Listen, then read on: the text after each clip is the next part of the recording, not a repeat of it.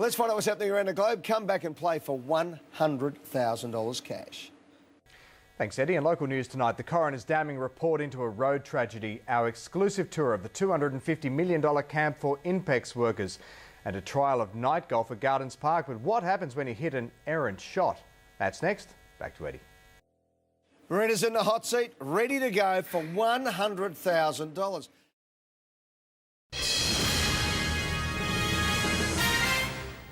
Good afternoon. Tonight on 9 News, a raft of changes come into force in the Territory from today, including the scrapping of registration stickers. Drivers will no longer have to display their rego, but don't get too excited. Registration fees are here to stay.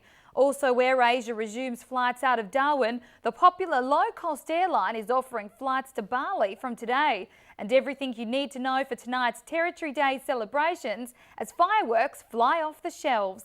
See it first on 9 News tonight at 6. Till then, follow breaking news on Facebook and Twitter. Good evening. There's a developing bushfire emergency around the nation tonight, and while the southeast of Australia is facing the biggest threat, the Northern Territory hasn't been spared. Fire crews are battling a large blaze in the Red Centre, with the luxurious Kings Canyon Resort squarely in the firing line. 9 News reporter Brendan Wolfe has been following the day's dramatic developments and joins us now live with the details. Brendan. Well, Jono, the situation down at the Kings Canyon Resort tonight could not be more tense. Part of the resort has been damaged by a fire, although the extent of that damage is still unknown. Around 120 resort staff and guests have been evacuated, and it's my understanding that the fire front is now moving in a northeasterly direction towards the Parks and Wildlife Ranger Station. I've been told that all 11 staff at that ranger station have been evacuated, and as we speak, the fire front is around 1 kilometre wide. I spoke to the acting director of the Parks and Wildlife down there a short time ago. This is a little of what he had to say. Still obviously a lot of active fire in the area.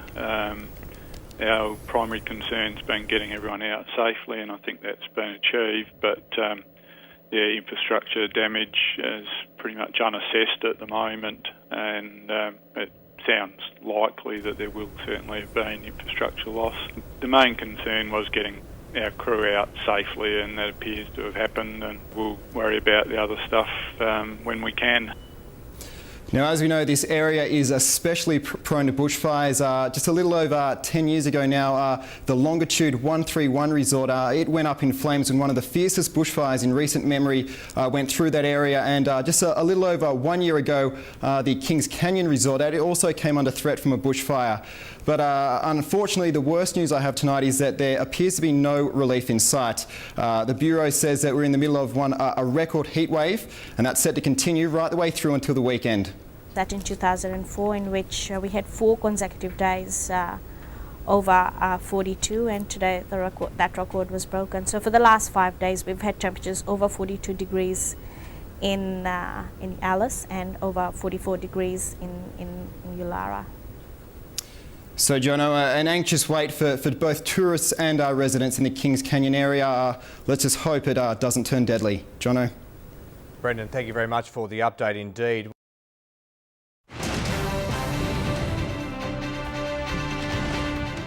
It's on. Julia Gillard calls a vote to settle the feud with Kevin Rudd once and for all. Truckloads of asbestos uncovered on the edge of Darwin City. Police lay numerous charges over the Maracay shoot-em-up, and desperate measures to help find missing Darwin mother, Carly Sinclair. This is 9 News with Jonathan Upton. Good evening. The local news shortly, but first, it's been an extraordinary day in federal politics with the Prime Minister moved to settle the Labor leadership with a ballot in half an hour from now. Kevin Rudd has taken up the challenge. Both contenders say that if they lose, they will quit politics for good. Here's political editor Laurie Oakes. A petition calling for a special caucus meeting on Laurie Oakes, 9 News. And we'll have special coverage of the Labor leadership showdown. Stay with 9 straight after our news. Back home now, and there are serious health fears following a new discovery of large amounts of asbestos on Darwin's city edge. An area in the Gardens area is littered with the building fibre, sparking fresh concerns that nearby homeowners may have been exposed to the deadly powder. Just metres from homes, masses of asbestos. Elle Mitteros, 9 News. This alleged shooter faces a long list of charges after taking aim at that hoon who drove him mad doing burnouts outside his house. The 61-year-old is accused of recklessly endangering life, going armed in public, damaging property and aggravated assault. His target, Shane Ten Hagas, told 9 News yesterday his car was peppered with bullets after a late night spin down Wright Road. I was drunk and silly, wanted a bit of fun. Why not? That frank admission ensured the burnout bandit set his own date in court for driving a motor vehicle whilst unlicensed and causing damage to the road. Police also seized his car for 2 days.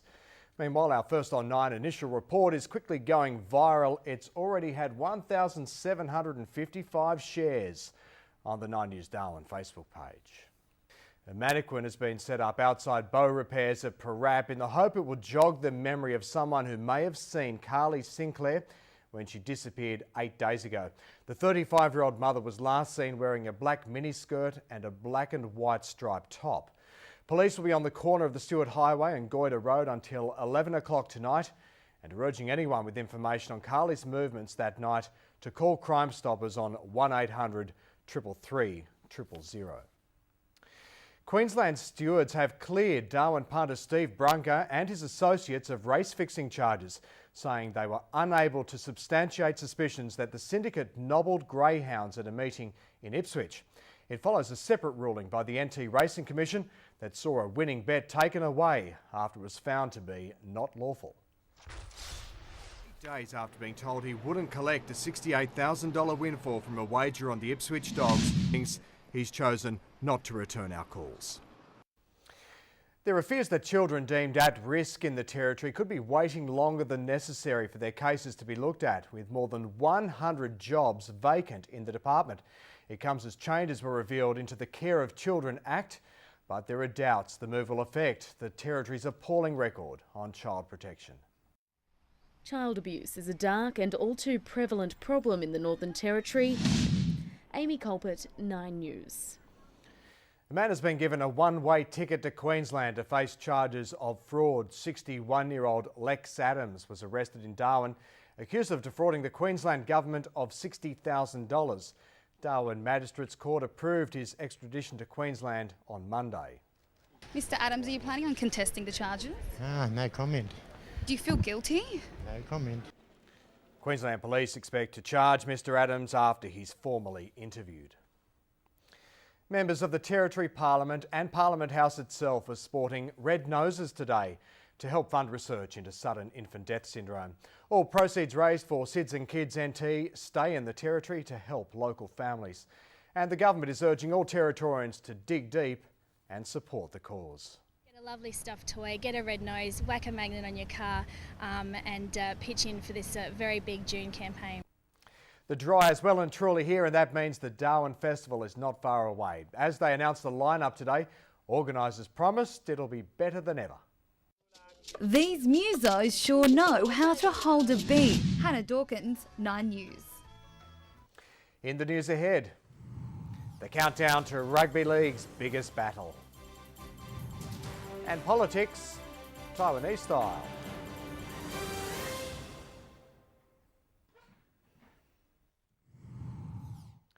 The sad journey home has begun for Corporal Cameron Baird, Australia's latest casualty in Afghanistan.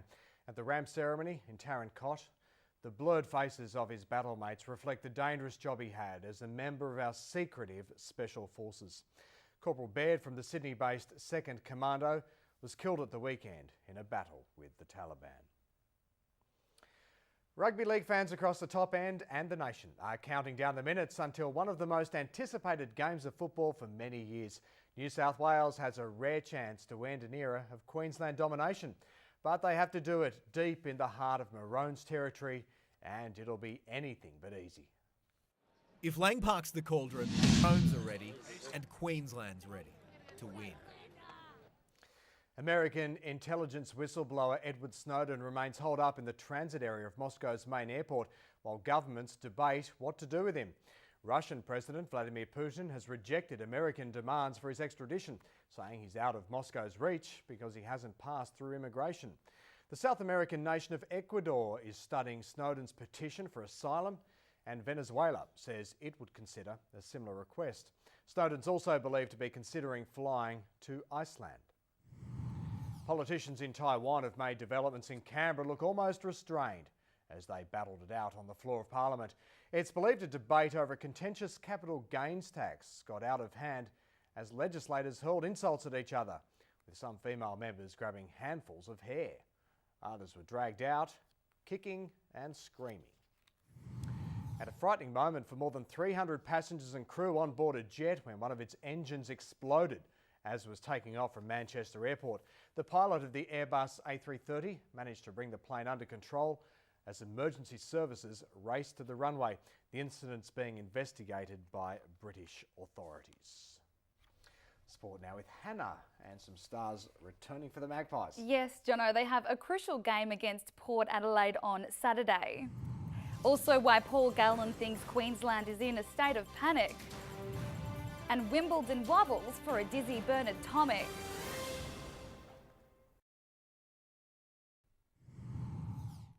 Paul Gallen says Queensland is in a state of panic heading into Game 2 in Brisbane.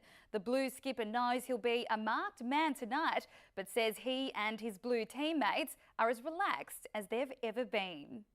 It's been a bit amazing, to be honest, how relaxed we have been, but yeah, hopefully tomorrow morning all them kids can go to school happy. To AFL now, and Collingwood will make crucial changes ahead of their clash with Port Adelaide on Saturday. Corey Norris has the details. The bye has its pros and cons, but it's given the wounded Magpie. Corey Norris, 9 News.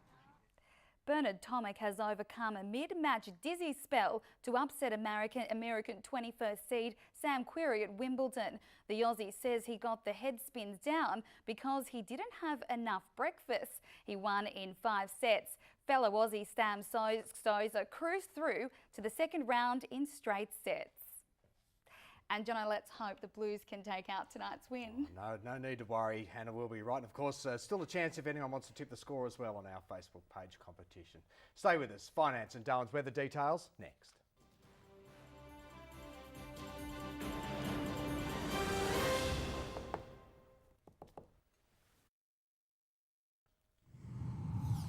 To finance now, the stock market closed much higher. The All Ords up 74 points. Our dollar's heading back towards 93 US cents.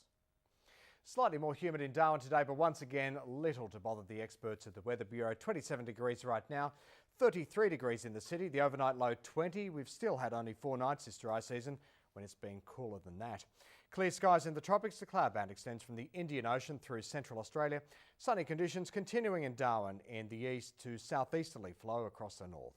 If you're headed away, take the winter woolies. Light rain possible down in Alice Springs. Darwin Harbour seas to 1.5 metres, winds 10 to 15 knots. Spring tides again, 7.5 metres around 9 o'clock. The spring tides make the harbour arms perfect for Barra. They're also nipping at Bynoe Harbour. You'll also find salmon there. And good reports of tuna at Larrakia on the turn of the high tide. Sarah Collins of Humpty Doo told us she caught this metre plus mackerel while fishing in Arnhem Land.